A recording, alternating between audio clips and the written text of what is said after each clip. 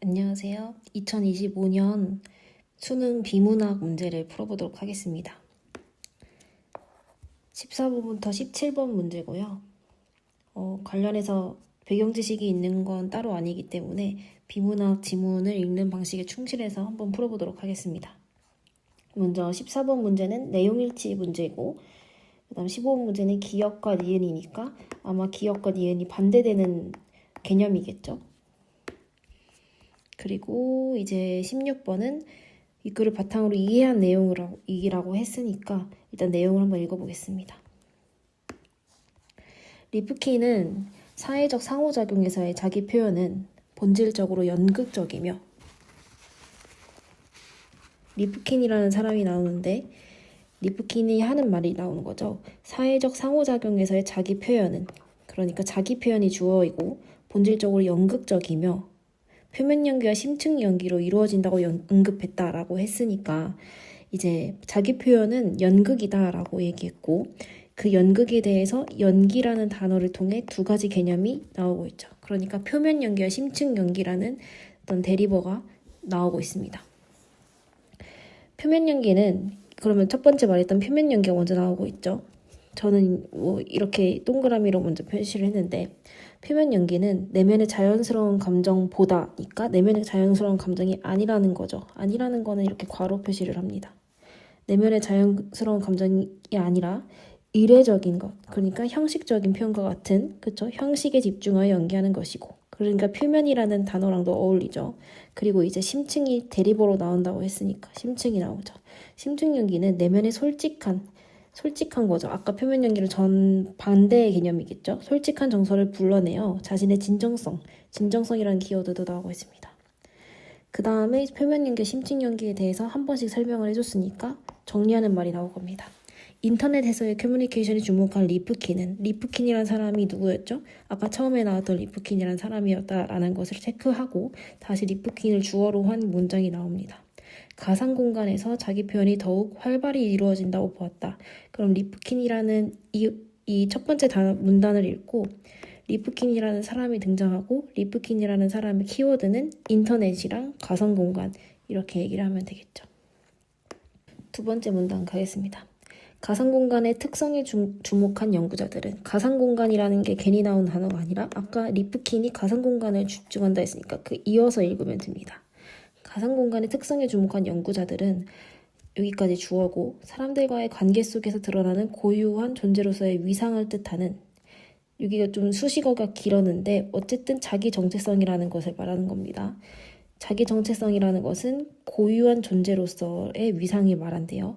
그 자기 정체성이 주어고, 다시 자기 정체성이 가상 공간에서 다양하게 나타나고 본다. 그러니까 가상 공간에서는 자기 정체성이 다양하다라는 게 키워드니까 다양이라는 게 키워드겠죠. 가상 공간에서는 익명성이 작동하므로 다양한 이유가 나오고 있습니다. 익명성 때문이래요. 현실에서 위축되는 사람도 적극적으로 자기 표현을 할 수 있다.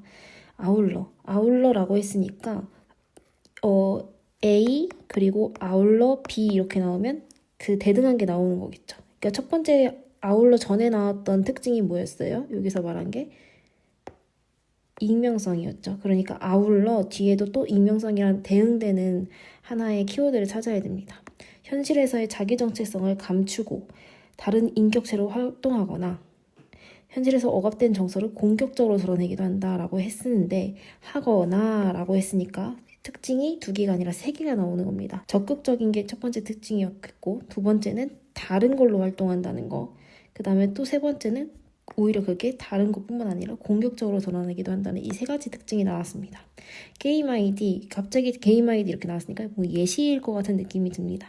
게임 아이디, 닉네임, 아바타 등 가상 공간에서 개별적 대상으로 인식되는 인터넷 아이디에 대한 사이버 폭력이 넘쳐나는 현실도 이와 무관하지 않다라고 했으니까 폭력이라는 키워드를 통해 공격이라는 것과 어울린다고 생각하면 되고, 인터넷 아이디에 대한 사이버 폭력이 넘쳐나는 현실도 이와 무관하지 않다니까 세 번째 특징에 대한 예시가 되겠죠. 사이버 폭력 관련하여 라고 했으니까 이제 이 사이버 폭력이 왜 나왔냐를 생각했을 때 이 아까 말했던 첫 번째, 두 번째 익명성의 특징으로 나타났던 적극적임, 첫 번째, 두 번째 다른 걸로 나타남, 세 번째 공격적임에서 세 번째 특징이 관련해서 얘기가 나오고 있는 거죠. 사이버 폭력 관련해서 인터넷 아이디만을 알고 있는 상황에서 그에 대해 그가 누구죠? 여기서 인터넷 아이디를 가진 어떤 사람이겠죠. 그 사람에 대해 명예훼손, 모욕 등의 공격이 있을 때 자, 여기까지 주어가 나온 적이 없습니다. 관련하여 있을 때 이렇게 상황만 나오고 있어요. 가해자에게 법적인 책임을 물을 수 있는지에 대한 논란이 있어 왔다. 주어는 논란이죠, 논란. 그러니까 논란이 있었다.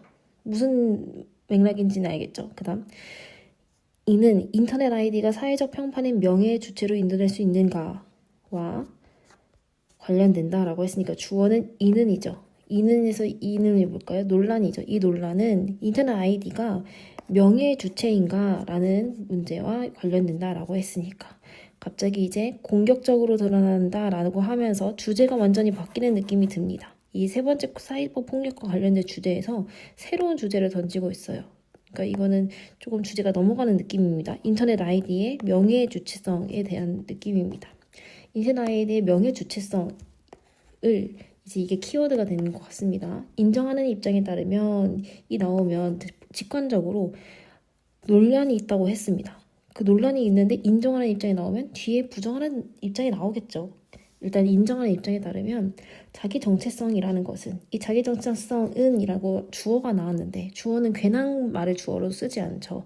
자기 정체성이라는 건 앞에서 나왔던 어디 갔을까요? 그 가상 공간에서의 자기 정체성이 다양하다라는 그 자기 정체성을 의미한다. 앞에 단어랑 연결지어 생각해야 되고 그 자기 정체성은 이론적 고정적인 것이 아니라라고 했으니까 이거 괄호 표시해서 하나로 고정된 것이 아니라 현실 세계와 가상 공간에 걸쳐 존재하고 걸쳐서 존재한대요. 그러니까 걸쳐라는 말이 고정, 이런 이 말과 대립되는 말이 되겠죠. 걸쳐 존재하고 상호작용하는 복합적인 것이다 라고 했어요. 자기 정체성은 복합적이고 걸쳐 존재한다. 인터넷의 자기 정체성은 또 자기 정체성은이 주어져. 이게 핵심 키워드라는 걸 보여주는 대목입니다. 사용자 개인의 자기 정체성이 일부이기 때문에 자기 정체성을 가진 인터넷 아이디의 명예 역시 보호된다라고 했으니까 자기 정체성은 개인의 일부이다 라고 했고 아이디의 명예 역시 보호되어야 한다라고 얘기했습니다.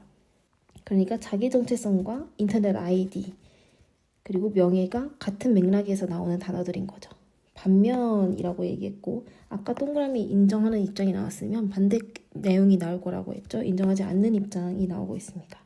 생성 변경 소멸이 자유롭고 복수로 개설이 가능한 인터넷 아이디는 여기서도 인터넷 아이디는 이 주어가 됐는데 그 사용자인 개인을 가상 공간에서 구별하는 장치에 불과하다라고 했으니까 인정하지 않는 입장에 따르면 다시 대리버가 두 개 나옵니다. 인터넷 아이디라는 것과 개인을 이라는 것이 대리버가 되는 거죠.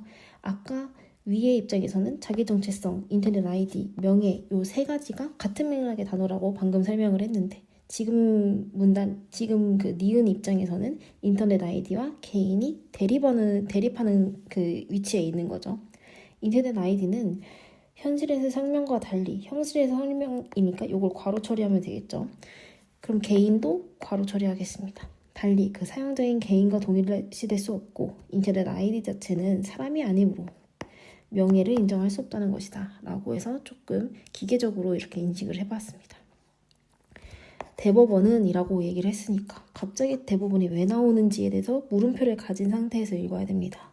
실명을 거론한 경우는 물론이라고 했으니까 A와 B를 명확하게 가져가야 됩니다. 실명을 거론한 경우가 첫 번째 경우 그리고 거론하지 않은 경우가 두 번째 경우입니다. 이 두 가지 상황이 존재하고 아무튼 거론하지 않았더라도 주의 사정을 종합할 때 지목된 사람이 누구인지를 제3자가 알 수 있는 경우에는 대법원이 주어였고 여기까지는 이제 상황을 나타내고 있고 명예훼손 모욕에 대한 가해자의 법적 책임이 성립한다고 판시했다. 어쨌든 대법원은 판시해왔다가 이 문장이고 거론한 경우나 거론하지 않은 경우는 중요하지 않은 거죠. 어쨌든 중요한 건 누구인지 알 수 있는 경우, 특정 가능한 경우 성립한다라고 판시했다라는 것이죠. 이를 수용한 헌법재판소에서는 있으니까 대법원은 이라고 헌법재판소에서는 이러니까 또 대리보가 나온 거죠. 또 이게 주어입니다. 인터넷 아이디와 관련된 명예훼손 모욕 사건의 헌법소원에 대한 결정을 내린 바 있다. 라고 멈추지 않겠죠? 그 뒤에 나오겠죠? 이 결정에서 다수 의견은 이라고 했으니까 다수의 반대말인 소수 의견이 떠올라야 됩니다. 뒤에 소수 의견이 있습니다. 일단 이 결정에서 다수 의견은 인터넷 아이디만 알 수 있을 뿐 사용자가 누구인지 제3자가 알 수 없다면, 자, 사용자가 누구인지 제3자가 알 수 없다면, 그러니까 알 수 없다면 피해자가 특정되지 않아 성립하지 않는다고 보았다. 반면 인터넷 아이디는 가상공간 설명 같은 기능을 함으로 제3자 인식 여부가 근거가 될 수 없다니까 괄호 안에 넣었습니다. 소수 의견도 제시되었다. 이렇게 얘기하고 있습니다. 이제 문제를 한번 풀어보겠습니다. 내용일치 문제하고죠. 심층 연기는 이라는 주어를 보자마자 첫 번째 문단이 떠올라야겠죠. 심층 연기의 반대말인 표면 연기가 같이 떠올랐어야 됩니다. 내면 심층, 진솔, 형식이라는 키워드가 어울리지 않죠. 형식은 아까 표면에서 어울려지는 여기에 나와 있던 키워드였으니까요. 여기서 여기 1번 바로 답을 체크할 수 있습니다. 그다음 리프킨은 이라고 했으니까 리프킨이란 주어를 보자마자 첫 번째 나왔던 리프킨을 떠올리면 되죠. 현실 세계보다 가상 공간, 그러니까 여기도 두 가지 대리어를 대립시켜서 나타내고 있는데 리프킨, 가상 공간 아까 키워드 잡았죠. 자기 표현이 더 왕성하게 드러난다 이거 맞죠. 그다음 가상 공간에서 개별적인 것인데 아바타는 이니까 여기까지 주어고 이 주어를 수식하는 수식어가 올바르게 들어갔는지 봅니다. 가상 공간에서 아바타 맞죠? 개별적인 것으로 인식되는 것도 맞죠? 여기까지는 문제 없습니다. 사이버 폭력의 대상이 될 수 있다. 아까 나왔던 내용이죠. 익명성은 이라는 주어가 나왔습니다. 익명성, 가상 공간에서 여기까지 맞고 자기 정체성이 다양하게 나타나는데 영향을 가장 특성이다. 이것도 맞죠? 가상 공간에서 자기 정체성은 여기까지가 주어고 현실에서의 그러니까 두 가지 대리어죠. 가상 공간과 현실. 근데 현실에서 자기 정체성과 마찬가지로 관계 속에서 나타난다. 이것도 맞는 말입니다. 그러니까 폭력성도 나타나고 하는 게 이 글의 내용이었으니까요. 그래서 1번이 답이 됩니다. 그다음 기억과 니은이 아마 대리어이기 때문에 기억 니은이 나왔을 거다라고 얘기했는데 기억 니은은 아까 인정하는 입장과 인정하지 않는 입장 이렇게 나왔고 명예 주체성에 대한 내용이었습니다. 아까 간단히 짚어보자면 인정하는 입장은 자기 정체성, 인터넷 아이디, 명예 이것을 같은 맥락에서 파악했고 그렇지 않은 입장은 인터넷 아이디와 개인을 대립시키는 입장에서 파악을 했다라고 했죠. 그럼 두 개 이제 생각해 보겠습니다. 기억은 그러니까 같이 생각하는 입장은 니은과 달리 단일하고 고정적인 것으로 파악하겠군이라고 했나요? 아까 단일 고정은 대리버 안에 넣었습니다. 괄호 안에 넣었죠? 그러니까 고정적이라는 키워드 둘 다 어울리지 않습니다. 일단 기억은 달리는 빼고 볼게요. 기억은 인터넷 아이디에 대한 공격을 개인에 대한 공격이라고 보니까 아이디와 개인을 동일하게 봤으니까 그렇게 봤죠. 그리고 니은과 달리 니은은 동일하게 보지 않았으니까 차이점이 드러나는 부분이니까 2번 답 체크하고 넘어갈 수 있습니다. 3번까지 볼게요. 니은은 달리는 읽지 않고 니은은 인터넷 자기 정체성과 인터넷 현실 대리버를 다르게 봤죠. 그리고 이 장생이 상호작용을 한다고 보겠군 이랬나요? 상호작용이라는 것은 같은 맥락에서 본다는 뉘앙스였는데 얘네는 전혀 다르다고 봤으니까 아까 대리버에라고 봤으니까 여기는 상호작용이라는 키워드가 어울리지 않습니다. 니은은 달리는 읽지 않고 아이디는 복수 개설 가능하므로 복합이라는 키워드는 아까 첫 번째 기억 입장에서 여기서 복합이라는 키워드가 나왔죠. 이렇게 키워드로 푸는 문제는 너무 풀기 쉽습니다. 기억에서 나온 키워드는 니은에서 같은 키워드로 나오지 않거든요. 다음 기억과 니은 모두 인터넷 아이디와 정체성이 다르다고 인터넷 아이디마다 정체성이 다르다? 기억은 같다고 봤으니까 5번 틀린 지문이 되겠죠. 16번에서 이제 16번 마저 보겠습니다. 보기를 읽기 전에 이제 가나다를 봐야 되는데 가는 대법원의 입장이었고 나는 헌법재판소의 다수 의견, 다는 헌법재판소 소수 의견이었습니다. 대법원의 입장 간단히 한 번 더 보자면 대법원은 누구인지를 알 수 있는 경우였고 모두 성립한다라고 했고 그거는 뭐는 중요하지 않냐면 실명 거론 여부는 중요하지 않는다. 주의 사정을 종합할 때 지목된 사람이 누구인지를 그럼 여기서 누구인지는 예를 들어 인터넷 게임을 하면서 뭐 네임드 아이디 같은 거 있지 않겠습니까? 그때 거기서 누구인지가 아니라 실명이라는 단어가 나왔으니까 실명이 누구인지 그러니까 실명을 굳이 제 땡땡땡이야 라고 말 안 했어도 개인정보 같은 걸 봤을 때 실명이 드러나면 실명을 알 수 있으면 명예훼손 성립한다 모욕 성립한다 라고 얘기했던 거고 헌법재판소 같은 경우에는 아이디만 알 수 있을 뿐 제3자가 알 수 없다면 특정되지 않아 책임이 성립하지 않는다라고 했으니까 대법원의 어떤 입장과 비슷하다고 볼 수 있겠죠. 그래서 여기서도 이를 수용한이라고 했으니까 가랑 나는 되게 유사한 입장이 있구나라고 생각할 수 있겠고 반면 소수 의견의 경우에는 제3자의 인식 여부가 근거될 수가 없다. 왜냐하면 아이디는 이미 성명과 같은 기능을 하기 때문에 그러면 더 처벌의 범위가 넓어지겠죠. 아이디에서 네임드, 그 네임드를 어떻게 모욕했다라는 것만으로도 명예훼손이나 모욕이 성립할 수 있게 되는 경우가 되겠습니다. 그럼 이제 이걸 읽어본다고 했을 때 카페 이용자 A는 A, B는 B, C는 C라는 아이디를 사용한다 했으니까 대문자 ABC는 그 실제의 현실 사람이고 소문자 ABC는 그 아이디를 의미하겠죠. 박사 A는 전시관의 해설사래요. 그럼 해설사 한 명 있고 B는 전시관에서 물고기 관리하는 사람이래요. 물고기 관리하는 사람 한 명 있대. 그리고 누리집에는 직무별로 담당자가 공개되어 있다. 요 단어가 왜 나왔을까요? 누리집이라는 것이 있는데 거기에는 직무별로 담당자가 공개되어 있대요. 그래서 어떤 직무를 보고 그 직무를 담당하고 있는 사람을 실명이 나와 있다는 거죠. 자, 어떤 사람이 A 실명 이렇게 댓글이 달렸다. A 해설에 대해서 B가 단 거죠. 그러니까 사람들은 B를 보고 B가 단 줄 모르겠지만 스몰 B를 보고 대문자 B가 단 줄 모르겠지만 어쨌든 B가 이렇게 박사인지 의심스럽다. 그랬더니 A가 몰래 물고기 관리하는 B는 어떻다 라고 했고 C는 뭐 A는 어떻다라고 얘기했는데 여기서 이제 샵으로 된 부분은 나쁜 명예훼손하는 표현이고 A, B, C는 실명이다. 아까 봤던 거와 같이. 그리고 아이디로는 개인정보를 알 수 없지만 아까 봤던 것처럼 누리집을 보면 직무는 이제 개인정보를 알 수 있게 됩니다. 그리고 이제 ABC 법조문제 다른 요소는 고려하지 않는다라고 되어 있습니다. 가는 아까 뭐였죠? 대법원이었죠.